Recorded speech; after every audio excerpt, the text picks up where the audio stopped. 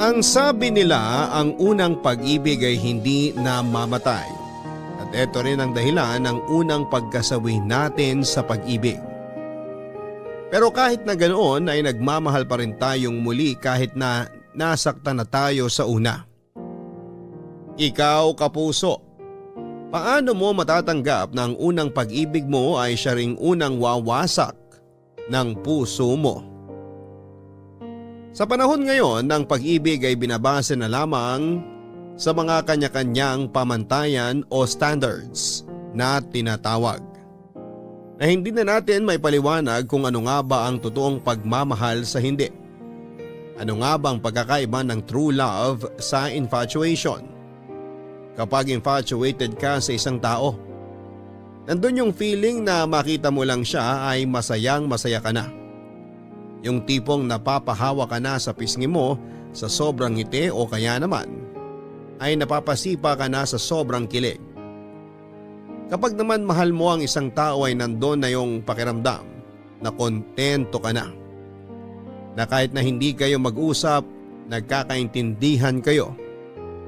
Paano nga ba natin masasabi na totoong pag-ibig ang nararamdaman natin sa isang tao at hindi lang dahil infatuated ka sa kanya? Katulad na lamang ng kwentong ibabahagi sa ating ni Hana na nagkagusto sa isang taong triple ang tanda sa kanya at para na rin niyang ama. Gusto mo na bang makarelate sa kanya? Alamin natin yan sa kwento ng pag-ibig, buhay at pag-asa sa nangungunang Barangay Love Stories. Dear Papa Dudut, magandang araw po sa inyong lahat at sa mga loyal kabarangay na nakikinig ngayon sa programang ito. Itago nyo na lamang po ako sa pangalang Hana. 19 years old at kasalukuyan po ako nakatira sa Angono, Rizal. Nais ko lang po na ibahagi ang kwento ng aking first love at first heartbreak na rin. Alam ko kasi na maraming kabataan na katulad ko ang nakakaranas din ng pagkalito sa kung ano nga ba ang pagkakaiba ng infatuation at true love, gayong pareho lamang itong uri ng affection para sa isang tao. Kailan ko rin lang nalaman ang totoong pagkakaiba nila at sisimulan ko na nga po ang kwentong ito kung paano ko nakilala at nagustuhan ng taong sa mata ng Diyos at marami ay hindi ko naman dapat magustuhan. Nagkagusto ako sa isang taong halos triple ang tanda sa akin at para ko na ring ama dahil kaidaran lamang siya ng aking papa at higit sa lahat ay pamilyado na. Naisip ko noon na siya na ang first love ko dahil talaga namang gustong gusto ko siya at masakit para sa akin ang malamang walang pag-asa ang nararamdaman ko para sa kanya. Ulila na ako sa ina, Papa Dudut. Ang kwento kasi sa akin ni Papa ay namatay si Mama sa panganganak sa akin dahil asthmatic si Mama. May choice naman daw po sila na mabuhay si Mama pero mas pinili ni Mama na mabuhay ako. At simula nga po nang mamatay si Mama ay si Papa na ang tumayong ina sa akin. May mga panahon daw noon na kailangan niya akong iwanan sa kapitbahay kapag pumapasok siya sa trabaho at binabayaran na lamang niya ang kapitbahay namin sa pagbabantay sa akin. Ikinuwento niya sa akin lahat ng sakripisyo niya para lamang may taguyod ako, kaya naman mahal na mahal ko si Papa. At masasabi kong napakaswerte kong siya ang naging papa ko. Pero habang lumalaki nga ako ay mas lumalaki rin ang gastos, kaya kinakailangan ni Papa na maghanap ng trabaho na mas mataas ang pasahod. At hindi nga nagtagal ay na-promote siya sa trabaho bilang sekretary sa isang food factory. At dahil nga po sa pagkakapromote ni Papa sa trabaho ay unti-unti nang nabawasan ang oras niya para sa akin. Hindi na kami makapag-bonding kagaya ng dati dahil halos gabi na siya kung umuwi. Pero bilang mabuting anak ay iniintindi ko si Papa. At lagi kong iniisip na para naman sa amin ang ginagawa niya at mag-focus na lamang ako sa pag-aaral ko. Ang kapitbahay namin ang nagsilbing tagapag-alaga ko at kumuha naman noon si Papa ng service ko para may maghahatid sundo sa akin sa school. Kinagigiliwan ako ng lahat noon sa school dahil bukod sa mabait daw ako ay matalino raw akong bata. Noong pumang elementary ako ay sikat na ako sa school namin dahil sa maganda raw ako at matalino. Lagi nga akong kinukuhang muse at sinasali sa mga quiz bee. Hanggang sa makatungtong na nga po ako ng grade 11, Papa Dudut. At dahil bawal pa ang face-to-face classes noon, ay online learning ang sistema namin. Nagkikita-kita lamang kami ng mga kaklase ko sa online meeting namin at masasabi kong halos lahat ng mga lalaki kong kaklase ay nagpapapansin sa akin. Lagi silang nagchat-chat sa akin kahit na hindi ko naman sila nire-replyan. Wala kasi akong oras para sa kanila at mas lalong wala akong balak na paunlakan ang mga pagpapapansin nila sa akin. Minsan nga ay hiniling ko na lamang na sana ay hindi na ako pinanganak na maganda para hindi ako ginugulo ng mga lalaki kong kaklase. Isa pa ay wala akong type kahit na isa man sa kanila. Ang mga tipo ko kasing lalaki ay mas matanda o mas matured kesa sa akin. Kasi gusto ko ay binibaby ako. Halos na bored na nga ako sa atensyon na nakukuha ko, not until nakilala ko ang bagong katrabaho ni Papa na isinama niya sa amin noong birthday niya.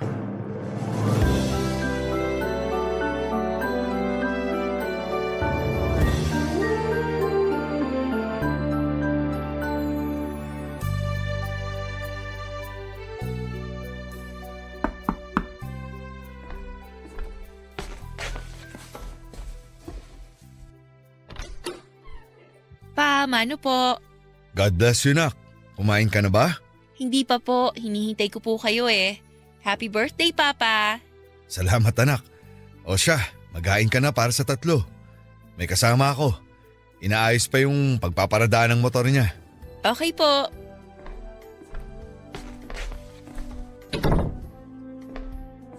Anak, katrabaho ko pala, si Felix. Ito naman ang anak ko, Pards. Si Hana. Hello po. Ano po? Kaawaan ka ng Diyos. Talaga naman pala ang ganda ng anak mo, Pards.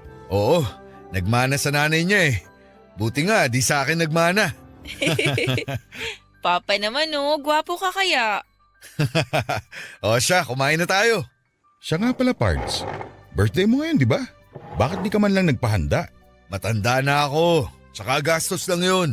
Isa pa, wala rin namang pwede magluto. Di naman marunong magluto ang anak ko maliban sa pagpiprito ng hotdog at itlog.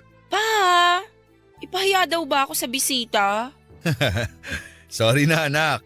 So di ka pala marunong magluto. Ilang taon ka na ba, Iha? 19 po.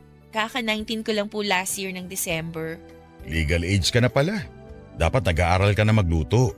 Lalo na ikaw na iiwan dito sa bahay niyo. Sinusubukan ko naman po, kaso hindi po talaga ako marunong eh. Pero itatry ko pa rin po. Mabuti yan. Lalo pat kayong dalawa na lang ng papa mo magkasama. Pagkatapos pala natin kumain, nak, pakibili mo kami ng pulutan sa tindahan.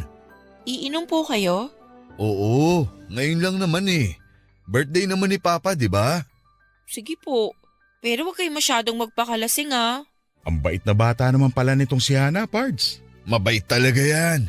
Buti nga at naiintindihan niya kung bakit bihira lang kami magkasabay kumain. Madalas paggabi lang. Naiintindihan ko naman po na kailangan nyo magtrabaho para may makain tayo at makapag-aral ako. Ang swerte mo naman pala talaga sa anak mo. Siyempre naman.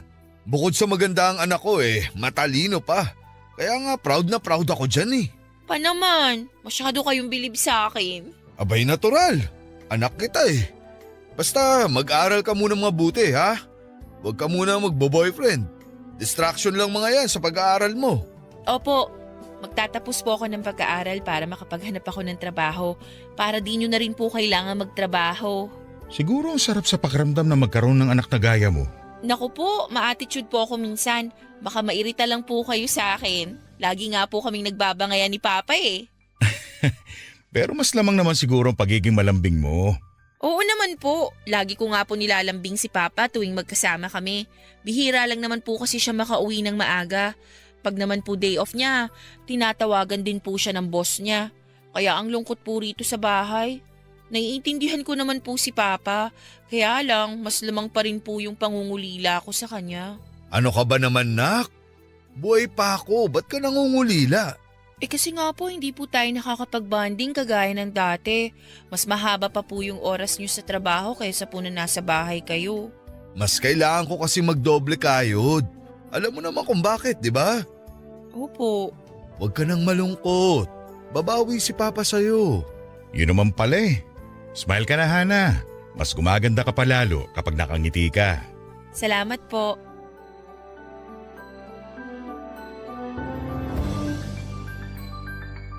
Papadudot nung makita ko si Tito Felix ay parang nakaramdam ako ng kakaiba. Pakiramdam ko noon ay crush ko na siya. Sa kabila kasi ng edad niya ay gwapo pa rin siya at matikas ang tindig. Papasa na nga siguro siyang artista. Maputi kasi siya at matangkad, matangos pa ang ilong at malinis sa katawan.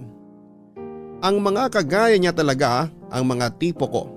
Pero hindi naman kami pwede dahil masyadong malayo ang agwat ng edad namin.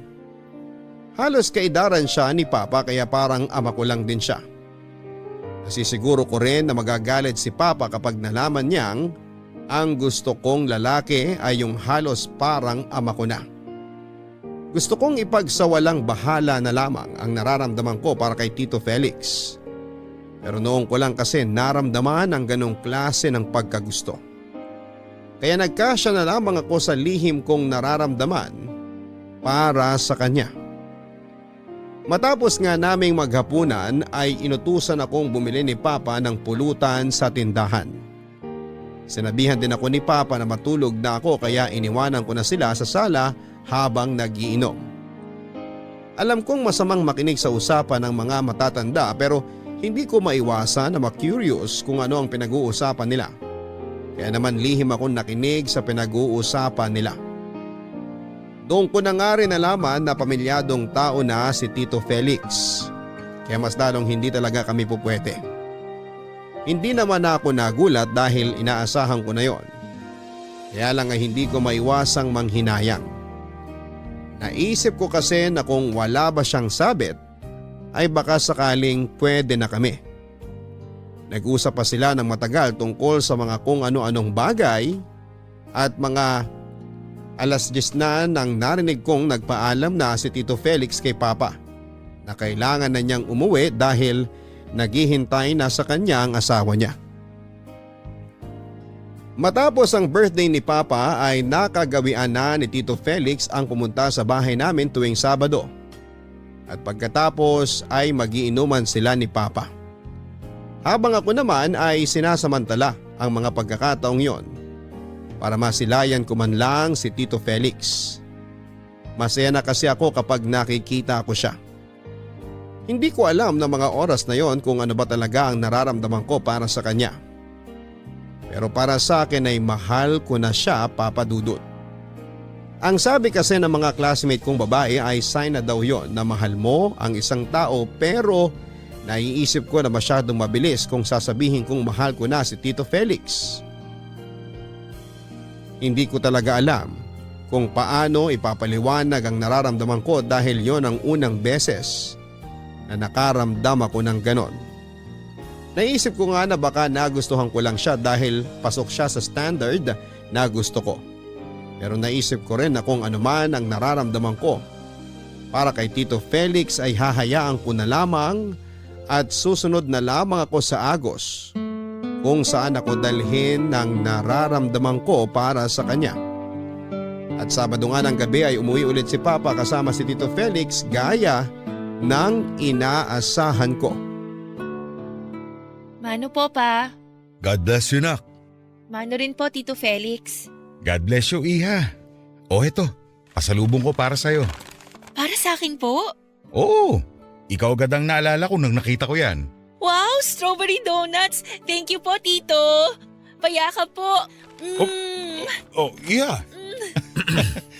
Ana, Ay, sorry po sa pagkayakap ko sa inyo, Tito. Sobrang natutuwa lang po kasi ako, pinasilubungan niyo po ako. Favorite ko po kasi yung mga to. Ayos lang. Nabanggit nga sa akin ng papa mo na paborito mo yan. Kaya binili ko yan para sa'yo. Maraming salamat po ulit. pasuyo nga ako ng pitsyal at baso, nak. Sige po, wait lang. Pasensya ka na sa anak ko, Pards. Naku, wala yun. Natuwa lang siguro talaga siya sa pasalubong ko sa kanya. Salamat, nag-abala ka pa. Wala yun. Nakakatuwa rin naman kasi ang anak mo. Alam mo namang wala akong anak na babae, hindi ba? Puro barako lahat. Ito na po yung baso at pitsyel nyo. Salamat, Nak. O sige, pumasok ka na sa kwarto mo. Okay po, may kailangan din naman po akong tapusing activities. Kainin mo na rin yung pasalubong ko sa'yo habang gumagawa ka ng activities mo. Para mas gumana ang utak mo. Opo, salamat po uli dito sa donuts. Masipag talaga mag-aral yung anak mo, no? Sinabi mo pa, di matutulog yan ang hindi tapos ang mga assignment niya. Napansin ko lang, nasa bahay lang siya lagi. Wala ba siyang boyfriend o manliligaw? Naku, wala.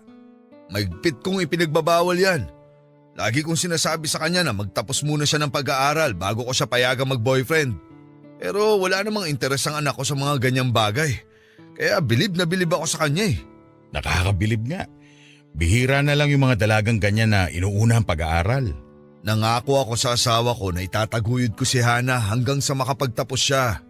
Pero hindi ba kailangan din ni Hana ng tatayong nanay para sa kanya? O kaya makakasama niya rito sa bahay? Babae ang anak mo, Pards, at dalaga pa. Hindi ka ba nag-aalala na baka may manloob dito sa inyo at mapahamak si Hana? Naisip ko na yan, Pards. Pero wala naman akong kilala na pwedeng makasama niya rito sa bahay. Nasa probinsya lahat ng kamag-anak namin. At wala rin akong balak na mag-asawa ulit. Masaya na akong kami lang dalawa ni Hana.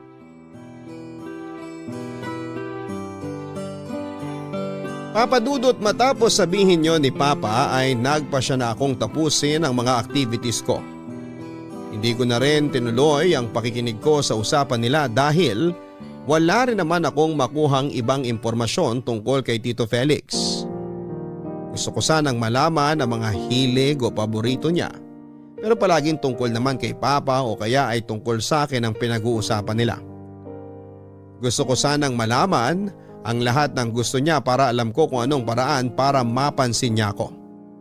Alam kong mali ang ginagawa ko dahil pamilyado siyang tao, pero atensyon niya lang naman ang kailangan ko.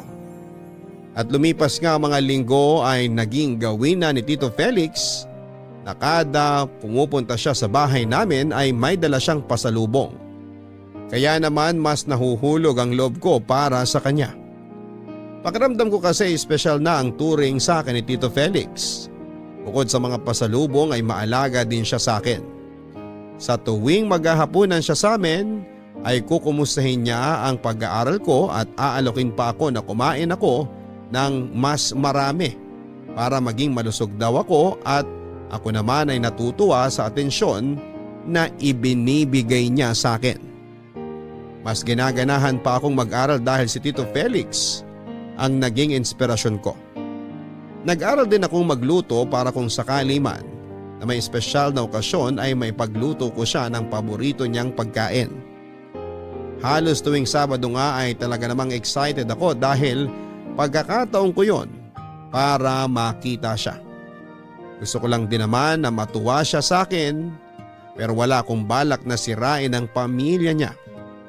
Pakiramdam ko lang ay gusto kong kilalanin niya ako pero hindi ko alam kung bilang ano nga ba. Kontento lang ako na nakikita ko siya at nakakausap. Sapat na sa akin yon. Pero habang tumatagal nga ay mas lumalalim ang kagustuhan kong mapalapit sa kanya. Papadudot doon na nga po nabuo ang desisyon ko na aminin kay Tito Felix ang tungkol sa nararamdaman ko para sa kanya. Pinaliwala ko na rin ang isipin na pagagalitan ako ni Papa kapag nalaman niyang nagkagusto ako sa katrabaho niya. Ang tanging mahalaga lang sa akin ang mga oras na yon ay ang maipagtapat kay Tito Felix ang nararamdaman ko. Saka ko na lamang iisipin ang magiging consequences ng pagtatapat ko dahil hindi ko na rin naman kayang itago ang nararamdaman ko. Pakiramdam ko kasi niloloko ko lamang ang sarili ko na kontento na ako sa kung ano ang koneksyon na meron kami ni Tito Felix. Sabado ng gabi ay nandun ulit sa amin si Tito Felix. Doon ay nagkaroon ako ng pagkakataon na makausap siya at aminin na ang matagal ko nang tinatagong pagtingin para sa kanya. Mano po pa? Mano rin po tito? Kumusta pong trabaho? Ayos lang naman. Parang kanina mo pa kami hinihintay ng papa mo ah. Opo, nakapaghain na nga po ako ng hapunan. Kakain na lang po kayo. Parang kinakarir mo na ang pag-aasikaso sa amin, nak ah. Eh sabi nyo nga dalaga na ako, di ba? Na dapat matutunan ko na yung mga dapat kong gawin. Di naman kita minamadali, anak. Basta mag-focus ka lang sa pag-aaral mo, okay? Okay po. Tara, kain na po tayo. Mabuti pa nga at gutom na rin kami ng tito mo kanina pa.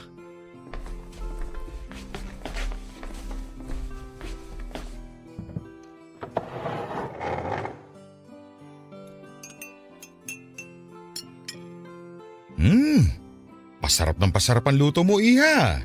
Talaga po? Oo, di ba, Pards? Oo nga. Kamu naman natutunan ang magluto ng ganito. Nanunood po ako ng mga tutorials sa internet. Okay lang po ba yung lasa? Anong okay? Okay na okay. Buti naman po at nagustuhan nyo. Kain lang po kayo ng kain. Ikaw din, anak. Kailangan mo magpakabusog para lagi kang may lakas sa pag-aaral. Opo pa. Oh, teka. Tumatawag si boss. Sagutin ko muna to. Sige, kumain lang muna kayo dyan. Sandali lang, Pards, ha? Sige, Pards. Hello, boss. Good evening. Tito? Ano yun, Iha? Ano po kasi? Matagal na po akong may gusto sa inyo. Ha? May gusto ka sa akin? Teka, Iha. Sigurado ka ba dyan? Seryoso po ako. Sigurado po ako. Alam ko po na magagalit sa akin si Papa. Pero gusto ko lang po na malaman niyo yung totoong nararamdaman ko para sa inyo. Iha, parang nakitang anak. Hindi po ako naniniwala na yan ang nararamdaman niyo para sa akin. Ang bait-bait niyo po sa akin. Tapos lagi niyo po akong dinadalhan ng mga pasalubong. Ano pong ibig sabihin nun? Imposible po na dahil lang sa anak ang turing niyo sa akin, kaya niyo po ginagawa ang mga yon. Ayaw niyo po ba sa akin? Maganda naman po ako at matalino at marunong na rin po ako magluto. Pasensya na, Iha, ha? Pero anak lang talaga ang turing ko sa'yo. Isa pa, pamilyadong tao na ako. Hindi ko alam na bibigyan mo pala ng ibang kahulugan ng pagiging mabait ko sa'yo. Ginawa ko ang mga bagay na yun kasi sabik ako sa anak na babae. Pero mali pala ang pagkakaintindi mo sa mga ginagawa ko. Pero gustong gusto ko po kayo. Simula pa po nung unang nagpunta kayo rito. Alam ko po sa sarili ko na may nararamdaman po ako para sa inyo. Ay, Iha, kung ano man yung nararamdaman mo, nasisiguro ko na diyan dahil sa gusto mo ko bilang isang lalaki. Kung hindi, ano pong ibig sabihin ng nararamdaman ko para sa inyo? Feelings ko po to. Kaya kung meron mang nakakaalam ng nararamdaman ko, yun ay walang iba kundi ako. Gusto ko po kayo matagal na. Hana! Malandi ka! Teka, Pards, huminahon ka. Huwag mo saktan yung bata. Ang tagal ko nang napapansin ang pagiging close nyo sa isa't isa. Pero di ko lang pinapansin dahil baka masyado lang ako nag-iisip. Pero yung pala, tama ang hinala ko. At ikaw naman, Hana, nauubusan ka na ba ng lalaki kaya pati katrabaho ko pinapatos mo na? George, hindi na maganda yung lumalabas sa bunganga mo. Anak mo yung kausap mo at di ibang tao lang. Bakit? Huwag mong sabihin pinagtatakpan mo ang anak ko dahil gusto mong gawing kabit si Hana! Ang dumi ng pag-iisip mo. Parang anak ko lang si Hana. At kahit kailan, hindi ko naisip na humigit pa kami ron. Huwag mo nga akong inuuto. Lagi mo nga ang binibigyan ng kung ano-ano yung anak ko, di ba? Bakit? Para makuha mo ang loob niya? O ngayon nakuha mo na, anong gagawin mo? Gagawin mo na siyang kabit? Di ko alam na demonyo ka palang baboy ka! Walang iya! Hayop ka! Ito! Ang kapal na mukha mo! Wala kang kwentang tao! Umuwi na po kayo, Tito Felix. Ako na pong bahala sa papa ko. Hindi kita pwedeng iwan na ganyan ang lagay ng papa mo. Baka saktan ka lang niya ulit. Ayos lang po ako. May kasalanan po ako. Narinig mo ang anak ko! Umuwi ka na! At wag mo nang ipapakita sa akin yung pagmumukha mong hayop ka! Tama na! Bitiwan mo ako, Hana! Tito, umalis na po kayo! Sorry po! Kalimutan niyo na lang yung mga sinabi ko!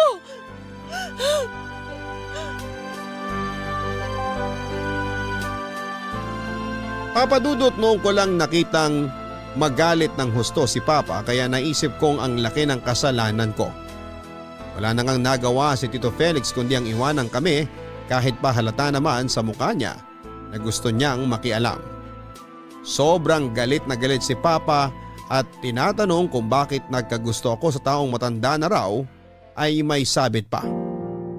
Hindi ko na nagawang magpaliwanag kay Papa dahil natatakot ako sa kanya ng mga oras na yon. Yun ang unang beses na pinagbuhatan niya ako ng kamay. Kilala ko si Papa na mahinahon sa lahat ng oras. Pero siguro nga ay kasalanan ko kung bakit nagalit siya ng ganon. Sino nga ba namang ama ang matutuwa kung ang anak niyang babae ay magkakagusto sa lalaking halos ama na nito? At dahil nga wala akong maisagot kay Papa ay pinapasok na niya ako sa kwarto ko. Matapos ang kaganapang yon, Papadudot, ay hindi na muling nagpunta pa sa amin si Tito Felix. Kaya naman nalungkot ako ng sobra. Naisip kong imposible nang makita ko pa siya at dahil alam kong galit din sa kanya si Papa. Hindi ko tuloy maiwasang itanong sa sarili ko kung bakit kay Tito Felix pa ako nagkagusto. Bakit hindi na lang sa iba na tiyak na matatanggap ni Papa para sa akin? Sa kabilangan ng lahat ng katanungan ko, ay tinatako na sa isipan ko na hindi talaga ako pwedeng magkagusto kay Tito Felix dahil bukod sa mas matanda siya sa akin ay may sarili itong pamilya. Hindi ko rin naman gusto na maging kabit ako dahil na-realize ko ang halaga ko at hindi ako maninira ng pamilya. Papadudot na sabi ko sa sarili ko noon na sana ay magkaroon ako ng pagkakataon na humingi ng tawad kay Tito Felix. Dahil alam kong nakakahiya ang ginawa kong pagtatapat sa kanya. Baka isipin ni Tito Felix na hangin lang ang laman ng utak ko dahil sa ginawa ko. Sa kabila ng mga nangyari, nagpatuloy ako sa pagiging focus ko sa pag-aaral dahil gusto kong magpa-good shot kay Papa. Halos 2 linggo rin kasi akong hindi kinausap ni Papa noon. Lahat na ng pwede kong gawin para pansinin niya ako ay ginawa ko na. Ipinagluto ko siya ng paborito niyang sinigang na baboy pero hindi niya man lang tinikman ang niluto ko. Sinubukan ko rin kausapin pero parang nakikipag-usap lamang ako sa hangin. Papadudot sa mga nagdaang araw ay pinilit kong kalimutan si Tito Felix. Pero hindi yun naging madali lalo pa at sa kanya lamang ako nakaramdam ng ganong klase ng pagkagusto. Makalipas nga ang linggo ay muling nagpakita sa amin si Tito Felix pero ako naman ay umiwas na. Agad ako nagkulong sa kwarto ko dahil nahihiya akong humarap sa kanya. Noong ko na na-realize kung gaano kasakit ang ma-reject ang feelings. Bukod kay Tito Felix ay nahihiya din ako kay Papa dahil nagkamali naman talaga ako. Pero hindi ko kaya ang silent treatment sa akin ni Papa. Mas gugustuhin kong pagalitan na lamang niya ako kesa sa hindi niya ako kinakausap. At sa muli nga na pagpapakita sa amin ni Tito Felix ay himalang hindi siya pinagtabuyan ni Papa. Pinagbigyan pa nga siya ni Papa nung makiusap siyang mag-usap kaming tatlo para maayos na ang hindi pagkakaunawaan sa pagitan naming tatlo. Salamat sa pagpayag na magkausap tayo, Pards, ha? Kamusta na si Ana? Nagkausap na ba kayo ng maayos? Hindi pa. Ay, di ko kasi alam kung paano ko siya kakausapin eh. Oo, inaamin ko, nagalit ako sa kanya dahil nagkagusto siya sa'yo. Pero mas galit ako sa sarili ko dahil sa masasakit na salitang nasabi ko sa kanya. Pakiramdam ko, nabastos ko ang pagkatao ng anak ko eh. Nagpadalos-dalos ako sa mga salita ko. Di ko naisip na ipaliwanag sa kanya ng maayos ang dapat. Pati nga ikaw, napagbintangan ko pa. Wala sa akin yun, Pards. Tatay din ako. Pero dapat kang humingi ng tawad kay Hana. Huwag mo hayaang lumayo ang loob sa'yo ng anak mo. Mabait na bata si Hana. At nasisiguro kung hindi mangyayari sa kanya lahat ng naiisip mo. Siguro nalilito lang siya sa nararamdaman niya ngayon. Pero sigurado kung hindi talaga ganun kalalim ang nararamdaman niya para sa akin. Sabihin na natin baka sa akin niya nakita yung mga bagay na hindi mo nagagawa para sa kanya. Laging mag-isa rito sa bahay si Hana. Kaya hindi malabong masabik siya sa kalinga ng isang ama. Ang ibig mo bang sabihin, parang tatay lang ang tingin niya sa'yo? Oo, kaya tawagin mo na si Hana para maipaliwanag din natin ng maayos sa kanya. Nasa stage pa lang si Hana kung saan tinutuklas niya ang ibang bagay. Ang dapat mo lang gawin ay gabayan siya. Sige Pards, puntahan ko lang siya sa kwarto niya sandali.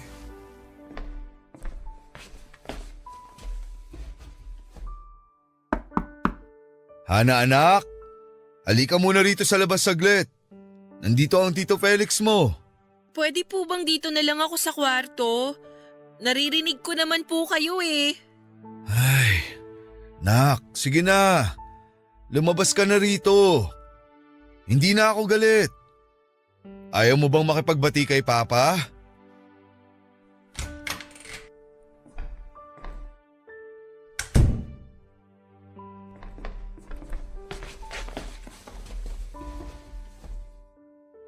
Salamat anak at naisipan mong kausapin kami ng Tito Felix mo. Kumusta ka na, Iha? Ayos lang naman po. Hindi ka ba magmamano sa akin? Dati-rati lagi ka nagmamano sa akin pag dumarating ako ah. Mano po? Nandito ako ngayon para sana makapag-usap tayong tatlo ng maayos at para maitama na rin natin yung gulong nangyari. Sorry po, Tito. Sorry po sa nagawa ko. Hiyang-hiya po ako sa inyo dahil sa nangyari. Matalinong bata naman po ako pero hindi ko yun nagamit sa sitwasyon na yun. Ayos lang, Iha. Matanong lang kita ha. Napag-isipan mo na ba na maigi yung tungkol sa nararamdaman mo para sa akin? Kung ano ba talaga yon? Kasi alam ko na sa ngayon, nalilito ka pa. May mga pagkakataon nga po na naiisip ko kung ano po ba talaga ang nararamdaman ko. Hindi ko naman po maipaliwanag kasi first time ko po makaramdam ng ganon. Nung una ko po kayong nakita, nagustuhan ko na po kayo. Masaya po ako kapag nakikita ko kayo at sobrang natutuwa po ako pag may dala kayong pasalubong para sa akin. Gustong gusto ko rin po yung pag-aasikaso nyo sa akin kasi feeling ko po baby ako na inaalagaan.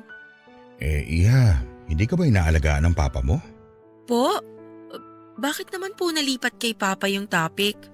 Ganito kasi yan, Iha. Yang nararamdaman mo para sa akin, hindi talaga dahil sa gusto mo ko bilang isang lalaki. Gusto mo ko kasi sa akin mo nakita yung imahe ng isang ama na binuo mo sa isipan mo. Hindi ko po kayo maintindihan. Sa akin mo nakita ang mga bagay na dapat ang papa mo ang gumagawa para sa'yo.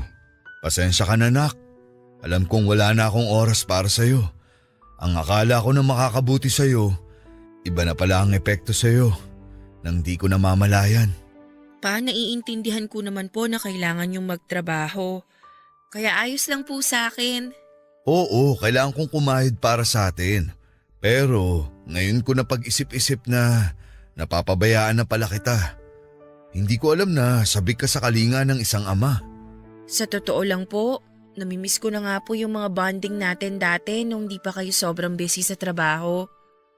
Pero naiintindihan ko naman po kasi para naman po sa kinabukasan natin yun. Pero ang dami kong naging pagkukulang sa'yo. Nawalan na ako ng oras sa'yo simula nang mapromote ako sa trabaho. Hindi na kita nagagabayan. Sorry anak. Sorry dahil nagkulang ako sa pag-aaruga sa'yo. At sorry din dahil sa masasakit na nasabi ko sa'yo. Anak kita. Ako dapat ang umiintindi sa'yo. Ako rin dapat ang nagpapaliwanag ng mga hindi mo maintindihan. Wala na po sa akin yun, Pa. Alam ko naman po na nagkamali ako. Natural lang po na magalit kayo sa akin. Kaya ako po ang dapat na mag-sorry. Hindi anak. Kahit anong galit ko, hindi ko dapat sinabi sa iyo ang mga bagay na yun. Dahil dun pakiramdam ko wala talaga akong kwentang ama. Pa, wag niyo pong sabihin yan. Nagpapasalamat po ako na kayo ang naging tatay ko. Opo, minsan hinihiling ko na bigyan niyo ako ng sapat na oras. Pero ano pong magagawa ko? Habang nagpapakahirap kayo sa pagtatrabaho, kailangan ko po gawin ang part ko para makatulong sa inyo. Siguro nga po, fatherly love lang po talaga ang nararamdaman ko para kay Tito Felix. Ngayon, malinaw na ba ang lahat? Naiintindihan ko na po. Sorry po ulit kung nagulo ko kayo. Nag-away patuloy kayo ni Papa dahil sa katangahan ko. Iha, lahat naman tayo nagkakamali. Ang importante, inamin mo yung pagkakamaling yon at natuto ka.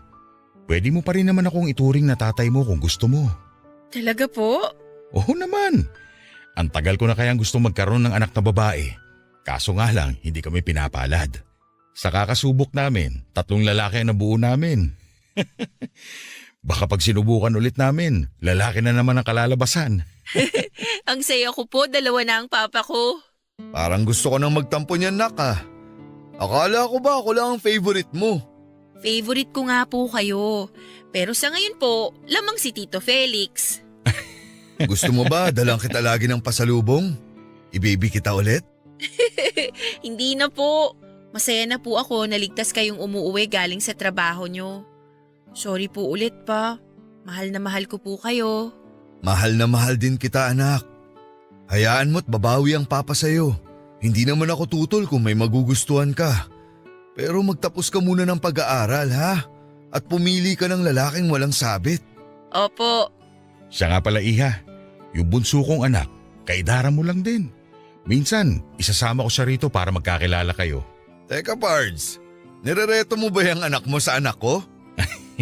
Hindi naman sa nirereto. Pakiramdam ko lang magiging mabuti silang magkaibigan. Anong masasabi mo, nak? Sige po, wala pong problema sa akin.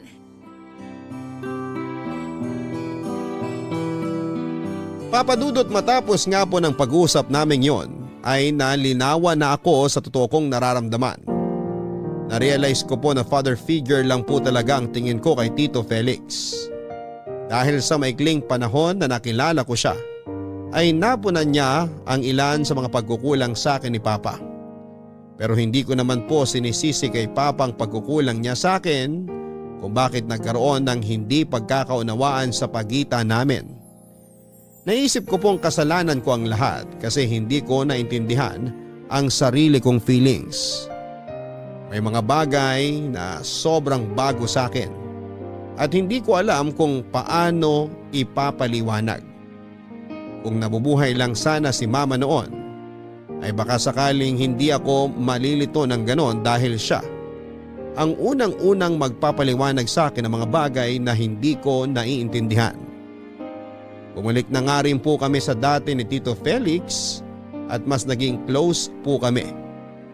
Sa mga panahong yon ay mas nalinawan ako na hindi ko nga talaga siya nagustuhan bilang isang lalaki kundi isang ama na kaya magpuno ng mga pagkukulang ni Papa sa akin. Pero wag niyo sana akong husgahan. Sobrang mahal ko ang Papa ko pero hindi ko maiwasang malungkot minsan dahil talaga namang kulang na kulang ang oras niya para sa akin. Gabi na siya kung umuwi at sobrang aga naman niya kung pumasok sa trabaho. Tulog pa lang ako ay umaalis na siya. Kapag naman day off niya ay hindi ko rin naman nasusunit ang oras na magkasama kami dahil mas madalas na kailangan siya sa trabaho niya. Kaya naman kapag mag-isa lamang ako sa bahay ay wala akong ginawa kundi ang isubsob ang sarili ko sa pag-aaral. Bumalik na sa dati ang buhay ko, Papa Dudut.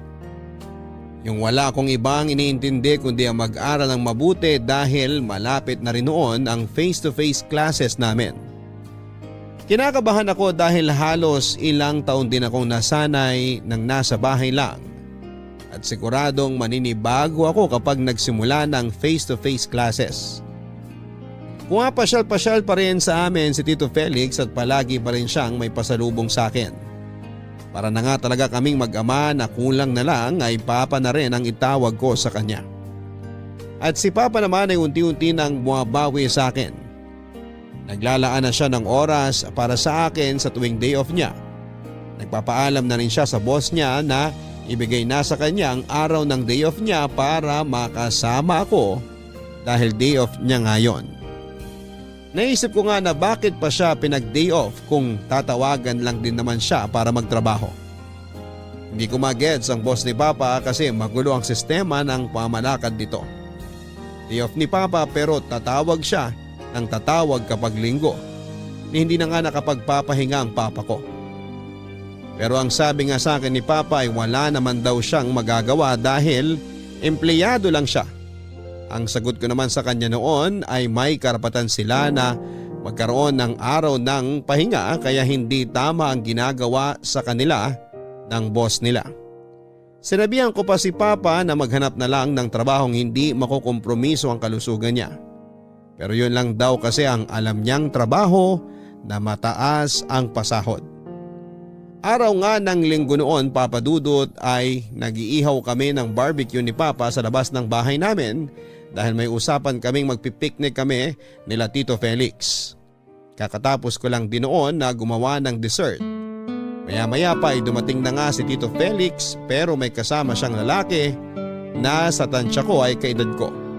Naisip kong baka yun na ang sinasabi niyang bunso niyang anak. Pards, tamang-tama lang ang dating nyo. Patapos na kami rito sa mga iniihaw namin. Baka may maitulong kami nitong anak ko. Di na, maupo na lang kayo dyan. Ang gwapo pala ng anak mo. Bagay silang dalawa ni Hana. Tingin mo rin ba, Pards? Oo, maganda at gwapo silang pareho. Siya nga pala, Hana. Ito yung bunso kong anak, si Mikael. Anak, batiin mo si Hana. Hi Hana, nice to meet you. Anak, nakikipagkamay sa'yo si Mikael oh. Ba't ayaw mong tanggapin? Nice to meet you din. Pa, hindi pa ba tapos yan? Nagugutom na po ako eh. Konting-konti na lang to, nak. Mag-usap muna kayo habang tinatapos namin tong iniihaw namin. Okay po. Sige anak, doon muna kayo. Tawagin namin kayo mamaya. Okay, sige po pa.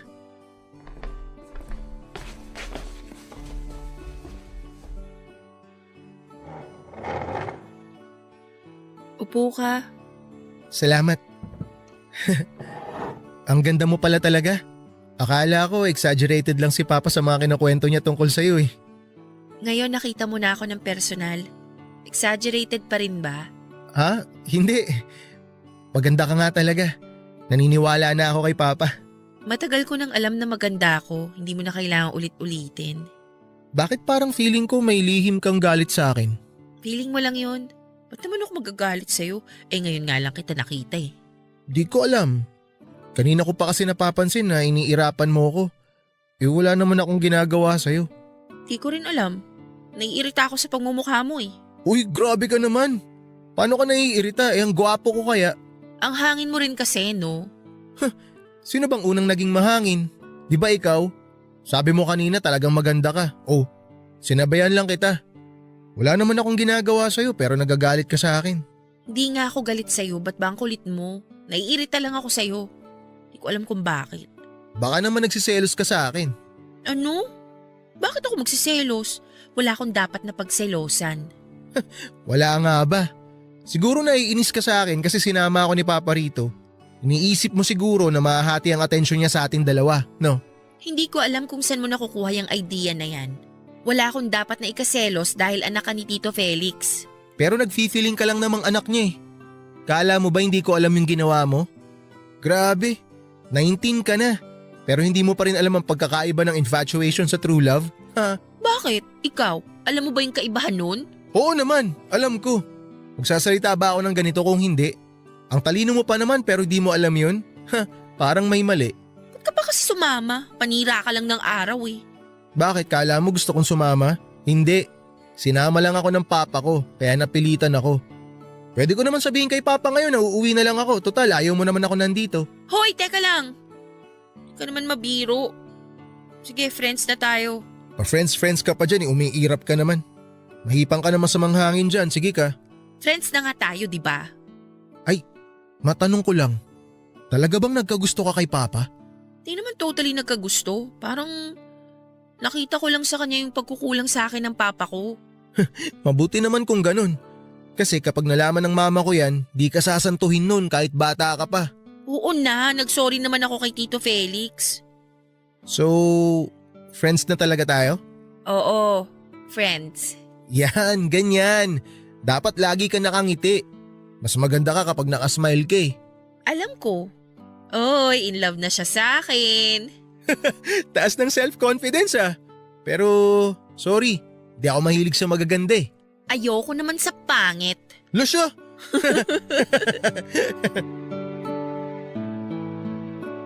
Papadudod sa kabila ng inis ko kay Mikael ay nakapalagayan ko rin siya ng loob. Wela kasi siya at hindi boring kausap. Napakalawak pa ng sense of humor na tipong kahit yata pagsakluban ka ng langit at lupa ay matatawa ka talaga sa kanya. Hindi na rin naman siya nang uungkat pa tungkol sa isyu namin ni Tito Felix dahil naipaliwanag na sa kanya ng papa niya kung ano ba talaga ang nangyari. Naintindihan naman daw niya dahil talaga naman daw gwapo ang papa niya. Hindi na rin naman ako tumutol sa sinabi niya dahil totoo naman. Sa edad na 50 noon ni Tito Felix ay hindi mo siya kakikitaan ng katandaan. Maliban na lamang sa konting-konting wrinkles lang naman niya sa mukha. Sa pagdaan nga ng mga araw ay unti-unti kaming naging close ni Mikael. Lagi na nga rin kaming magka-chat at magka-video call noon.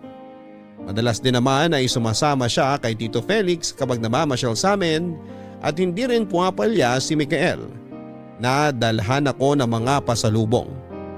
Masaya lang kaming magkausap noon sa terrace habang kumakain ng merienda. Doon ko nga po na-realize na masyado akong sheltered sa bahay. Na hindi ko naranasang makipag-socialize sa ibang tao na kaidarang ko lang. Masasabi ko nga na si Mikael ang tanging tao na hinayaan kong maging malapit sa akin, lalo pat lalaki. Hanggang sa umabot na rin ang ilang buwan ng pagkakaibigan namin. Malapit na mag face to face ah. Pinayagan ka ni Tito George? Kahit naman hindi siya pumayag, wala siyang magagawa kasi mandatory na ang face-to-face sa August 8. Mas gusto ko pa nga sana na mag-online class muna. Wala ka naman matututunan sa online at modular eh. Kaya mas maganda pa rin ang face to face. Tsaka ayaw mo nun, makakapasyal ka kapag uwian. Huwag mo nga akong demonyohin. Mabait akong estudyante. Bahay-eskwela lang ako, no? Hindi naman masama na magsaya ka tsaka chumil. Alam mo grabe ka talaga sa akin. Nagsasuggest lang naman ako eh. Sa totoo lang, hindi ko talaga matandaan kung paano tayo naging magkaibigan. Joke ba yan? Tatawa na ba ako? Hindi, umiyak ka. Yung siya nga pala, Mix. Nabanggit sa akin ni Papa na nag-away si Tito Felix at saka ang mama mo. Dahil ba sa akin yun? Ba't mo naman naisip na ikaw ang dahilan? Ilang buwan na rin ang nakalipas mula nung nangyari yun ah. Nag-aalala lang kasi ako. Paano kung nalaman pala niya yung about sa confession ko kay Tito Felix? Tapos nag-away sila dahil doon. Ngayon mo pa talaga naisip yan? Di ganun kababaw mama ko para magalit siya sa ginawa mo. Oo, sabihin na natin na nagtapat ka kay Papa tungkol sa nararamdaman mo, pero ipinilit mo ba? Hindi naman, di ba? Kagaya nga ng sinabi ni Papa, father figure lang ang tingin mo sa kanya, kaya nga nakapag-move on ka kaagad eh. Parang gusto ko tuloy mag-sorry ulit kay Tito Felix. Ano ka ba? Huwag mo na isipin yun. Parte na lang yan na nakaraan. Sinabi naman ni Papa na ayos lang sa kanya, di ba? Naiintindihan ka namin. Tsaka natural lang naman kina Mama at Papa na mag-away paminsan-minsan. Salamat ah. Buti na lang talaga pinakilala ka ni Tito Felix sa akin. Bakit? May feelings ka na ba para sa akin? Ala siya, wala no. Ang hangin mo naman. Feeling mo yata lahat ng babae magkakagusto sa'yo. Aba, tested and proven na kaya yan. Wala pang babaeng hindi nabibighani sa kagwapuhan ko. Iwan na nga kita dyan. Baka tangayin ako ng malakas na hangin. Teka, maupo ka nga lang dyan. Ito naman di na mabiro eh. Ba't ba masyado kang seryoso sa buhay? Tatanda ka agad yan, bala ka, sinasabi ko sa'yo. Basta. Never ako magkakagusto sa'yo, okay? Okay, sabi mo eh. Grabe, parang ang big deal naman kung sakali magkagusto ka sa akin. Sus, ang dami mo kayang pinaiyak na babae. Di ko kasalanan yun no. Sila tong masyadong nag-expect sa friendship na binibigay ko sa kanila eh. Yun na nga eh. Masyado kang pa-fall. Hindi ako pa-fall.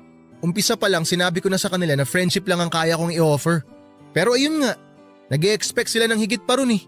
Alam mo naman na wala sa nature ko yung magsuplado. Sobrang friendly mo kasi. Ako nga di ko pinapansin mga boys na gustong makipag-friend sa akin eh. Eh iba naman yung sayo eh. Mga haliparot yung nagpapapansin sayo. Haliparot talaga. Oo. Kunwari lang silang maikipagkaibigan pero bala ka pala nilang jowain. Sus, lalaki rin ako kaya alam ko yung mga galawang ganyan. Eh di ibig sabihin gawain mo rin. Uy, kilabutan ka nga. Ang gentleman ko kaya, never kong gagawin yan. Di ako magpapapansin. Pero formal ako manliligaw. Ganun. Sabi mo eh. Maiba nga ako. Ang tagal na rin nating magkaibigan pero hindi ko pa alam kung may girlfriend ka na ba o nililigawan. Eh hindi ka naman kasi nagtatanong eh. Hinihintay kaya kitang magkwento. Wala akong girlfriend at wala rin akong nililigawan. Ikaw ang unang-unang makakaalam pag meron na. Sinabi mo yan ah. Oo naman. Best friends tayo eh.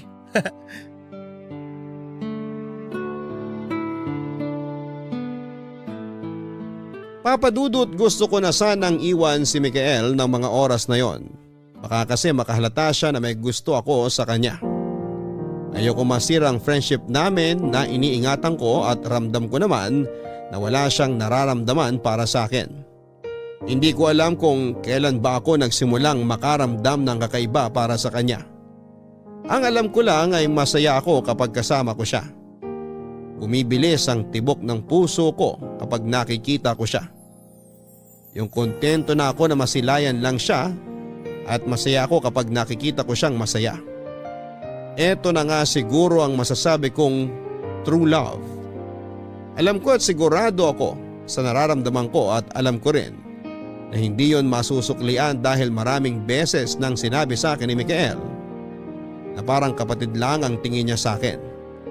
Kontento naman ako doon dahil anuman ang maging relasyon namin ay mahalaga na sa akin.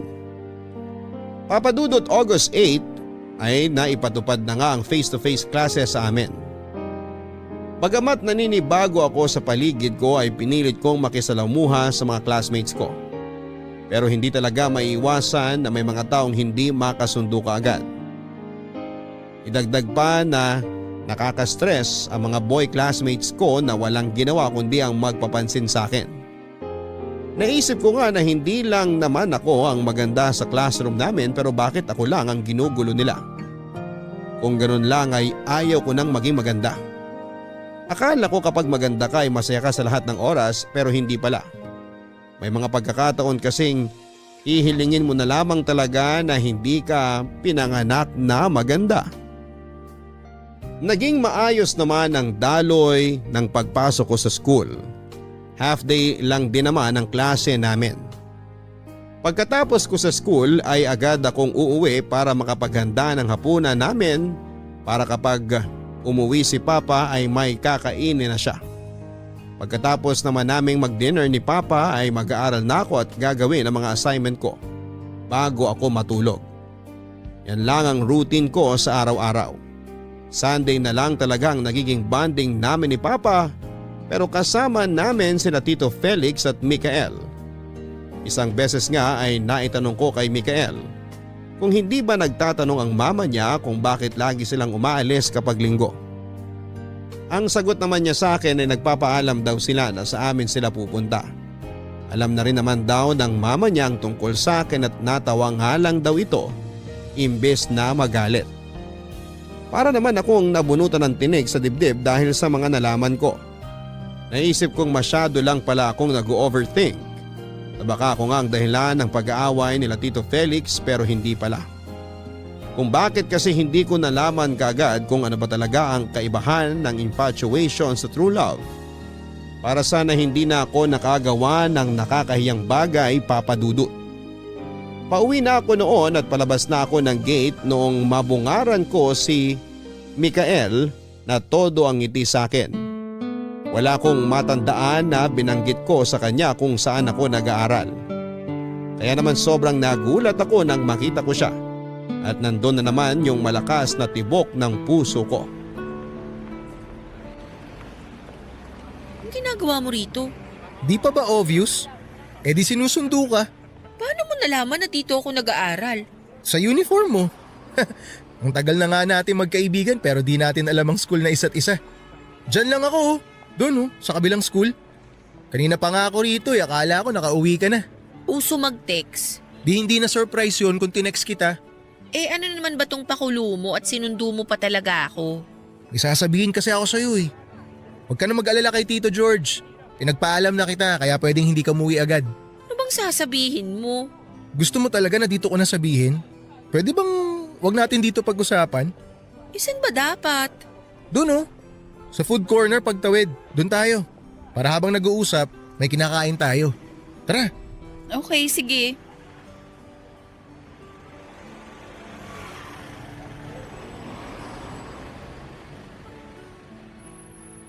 Di ba pwede doon na lang tayo sa bahay mag-usap? Ba't dinala mo pa ako rito? Oh, bakit? Ayaw mo ba dito? Libre ko naman eh, huwag kang mag-alala. Oh, pasok na. Ladies first. Sira.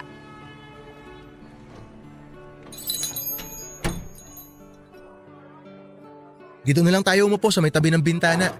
Ano bang gusto mong kainin? Kagaya na lang ng sayo. Okay, sige.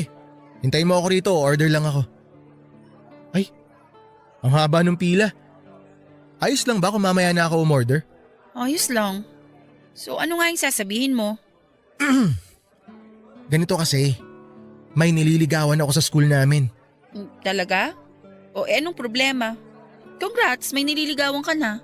Congrats agad. Nililigawan ko pa nga lang kaso di ko naman alam kung ano bang gusto ng mga babae. Ang ilap din kasi niya tapos may pagkasuplada pa. Di tumatalab sa kanya yung pagpapacharming ko. Sinabi ko naman kasi sa'yo na hindi lahat ng babae madadaan mo sa pagpapakyut mo. Kaya nga tulungan mo ko. Ano bang dapat kong gawin? Paano ko ba sisimulan yung panliligaw ko sa kanya? Alam mo, sa totoo lang, wala rin akong alam eh. Kasi hindi naman ako nagpapaligaw. Bago pa man sila makapanligaw sa akin, busted na agad sila. Ay, paano ba kasi?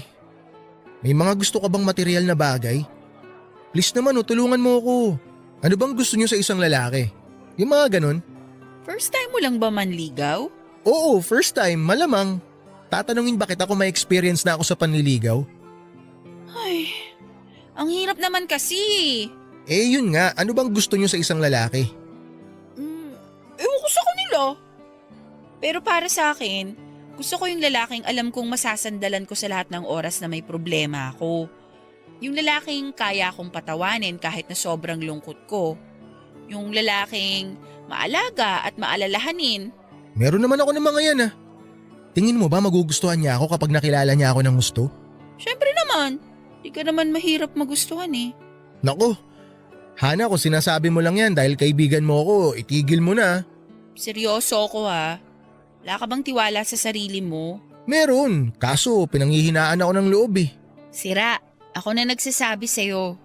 Magugustuhan ka niya. Ay. Magpakatotoo ka lang sa kanya. Hindi mo kailangan magpanggap na ibang tao para lang magustuhan ka niya. Ipakita mong seryoso ka talaga sa kanya. Okay, yan ang gagawin ko. Salamat the best ka talaga. Hoy, pakilala mo siya sa akin para makilatis ko naman. Oo, ipapakilala ko rin siya sa'yo kaso pagpaplanuhan ko muna. Yung hindi na talaga siya makakatanggi.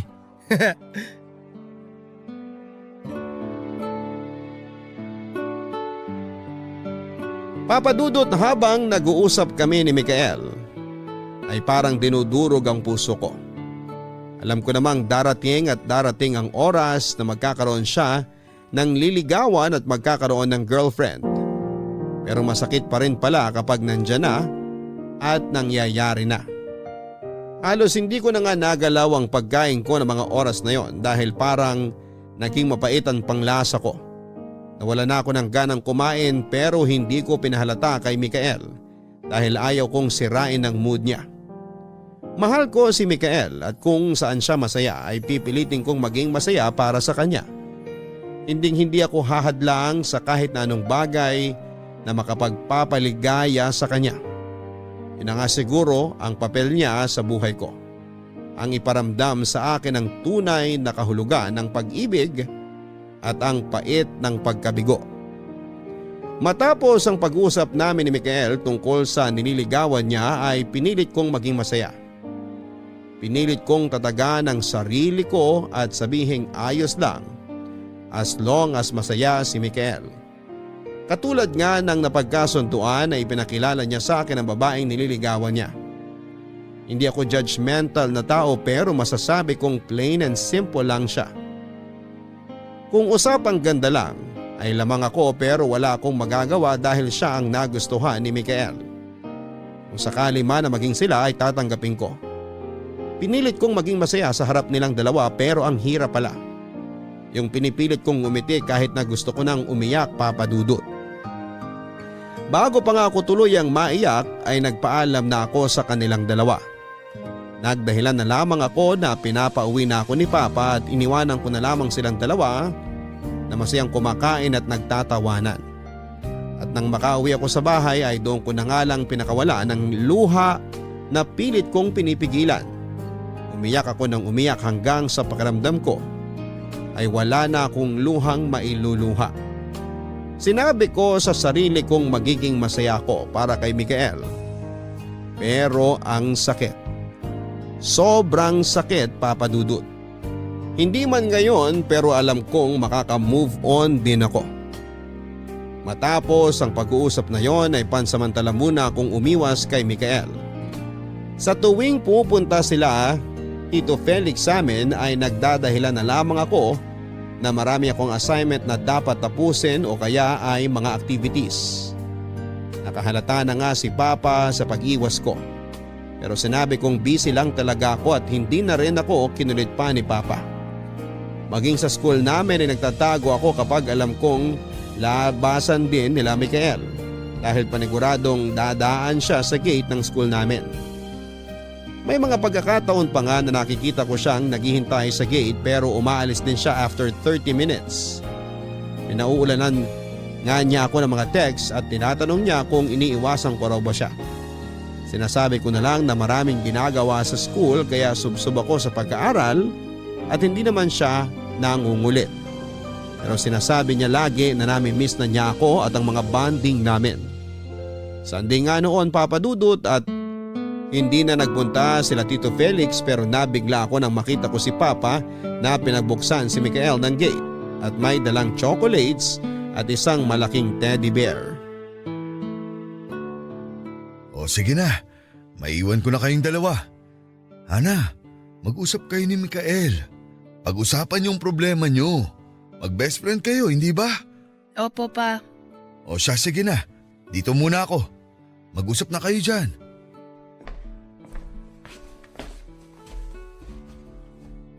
Buti naman hinarap mo na ako. Busy lang ako sa studies ko. Sinabi ko naman sa'yo yun, di ba? Alam ko may problema ka. Tignan mo, parang pumayat ka. Kumakain ka ba ng maayos? Oo naman. Stressed lang talaga ako kasi sunod-sunod ang projects at activities namin. May practicum pa kami bukas. Ganun ba? Oh, para sa'yo. Favorite mo yung chocolate na yan, di ba? Ba't mo ako binibigyan ng ganito? May teddy bear pa talaga. Feeling ko kasi may nagawa akong mali kaya bigla mo na lang ako iniwasan. Kung ano man yung nagawa ko, sorry. Hindi kasi ako sanay na nagkakaganyan ka eh. Hindi, Mix. Wala kang nagawang mali. Sorry kung kinailangan mo pang gawin to. Wala kang kasalanan sa akin. Kung ganun, bakit bigla-bigla ka na lang umiwas sa akin? Akala mo ba di ko napapansin? Iniiwasan mo ako. Sabihin mo nga sa akin kung anong problema. Huwag kang mag-alala, magiging okay din ako. Sa ngayon, kailangan ko munang lumayo sa'yo. Bakit nga? Sinasabi mo wala akong nagawang mali pero iniiwasan mo naman ako. Ano yun? Di kita maiintindihan kung hindi mo sasabihin sa akin kung ano ba yung problema. Nasasaktan ako, Mix. Ano? Nasasaktan ako pag nakikita kita. Sinabi ko sa sarili ko na magiging masaya ako para sa'yo. Pero masakit eh. Mahal kasi kita. Oh, kailan pa? Matagal na. Pero pinili kong manahimik kasi yun ang makakabuti para hindi masira yung pagkakaibigan natin. Sorry kung minahal kita. Hindi mo kailangan mag-sorry. Ako ang dapat mag-sorry kasi manhid ako. Hindi ko alam na nasasaktan na pala kita. Sorry talaga. Sana wag kang magbago sa akin. Pangako ko, hindi kita guguluhin. Kayo ni Aileen. Ayos lang ako. Magiging ayos din ako. Makaka-move on din ako. Paano naman ako magiging masaya kung alam kong nasasaktan ko ang best friend ko? Hana, alam mong mahalaga ka sa akin, di ba? Para na kitang kapatid. Huwag mo akong alalahanin. Kaya ko to. Sa ngayon, masakit pa. Pero, mawawala rin to. Pero Hana… Bubuksan ko na tong chocolate ha. Kainin ko na to. Hoy! Ba't nakatingin ka lang sa akin? Gusto mo ba? Hana, hindi mo kailangan magpanggap. Umiyak ka kung gusto mo. Ayokong pinipilit mo ang sarili mo nang umiti sa harap ko pero deep inside nasasaktan ka. Sige lang, umiyak ka.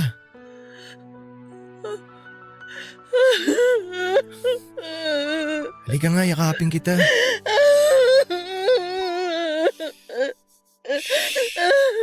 Sige, umiyak ka lang. Sorry kung nasaktan kita. Wala ka namang kasalanan. Kasalanan ko to kasi nahulog ako sa'yo. Kahit na malinaw na sa akin na kapatid lang ang tingin mo sa akin. May kasalanan din ako eh. Kung naging aware lang sana ako sa nararamdaman mo, di sana hindi tayo nagkaganito. Di sana hindi ka nagkakaganyan. Hindi ko alam na may ganyan ka palang pinagdadaanan. Humingi patuloy ako ng tulong sa'yo para ligawan si Aileen. Sorry talaga dun ha. Pasensya ka na, Hana. Ayos lang. Basta, kung saan ka masaya, masaya na ako. Huwag ka lang talaga niyang sasaktan. Akong makakalaban niya. Ikaw talaga, pinakaba mo ako. O paano yan? Bati na tayo? Hindi naman tayo nag-aaway ah. Hindi nga tayo magkaaway pero bigla ka namang nang ghost. Isip ako ng isip kung may kasalanan ba ako sa'yo. Tapos meron pala talaga. Sorry ulit Hana ha. Kung pwede ko lang sanang suklian yung pagmamahal mo sa akin, ginawa ko na. Dati pa. Ano ka ba? No hard feelings. Tanggap ko na. Maging masaya ka na lang lagi. Pero syempre, huwag mo akong kakalimutan pag sinagot ka na niyan ha. Ikaw? Kakalimutan ko? Hinding-hindi mangyayari yun. Best friends tayo, di ba? Oo, best friends.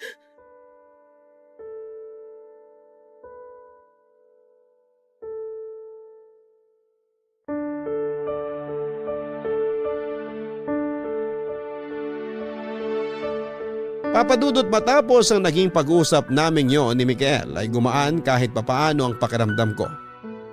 Tinanggap ko na rin na hanggang magkaibigan lang kami pero kahit na ganoon ay masaya na ako dahil may kaibigan akong kagaya niya. Hanggang ngayon ay best friend pa rin kami ni Mikael at sinagot na rin siya ni Aileen at nakilala ko na rin siya ng husto. Masasabi kong mabait si Aileen at matalino rin. Malambing din siya at malalahanin kaya hindi na ako nagtataka kung bakit siya nagustuhan ni Mikael. Masayang-masaya sila ngayon at masaya rin ako para sa kanila. May mga pagkakataon nga na medyo kumikirot ang puso ko kapag nakikita ko silang magkasama pero alam kong yun lang yon. Pasasaan ba at gagaling din ang puso ko mula sa una kong pag-ibig na siya ring una kong pagkabigo.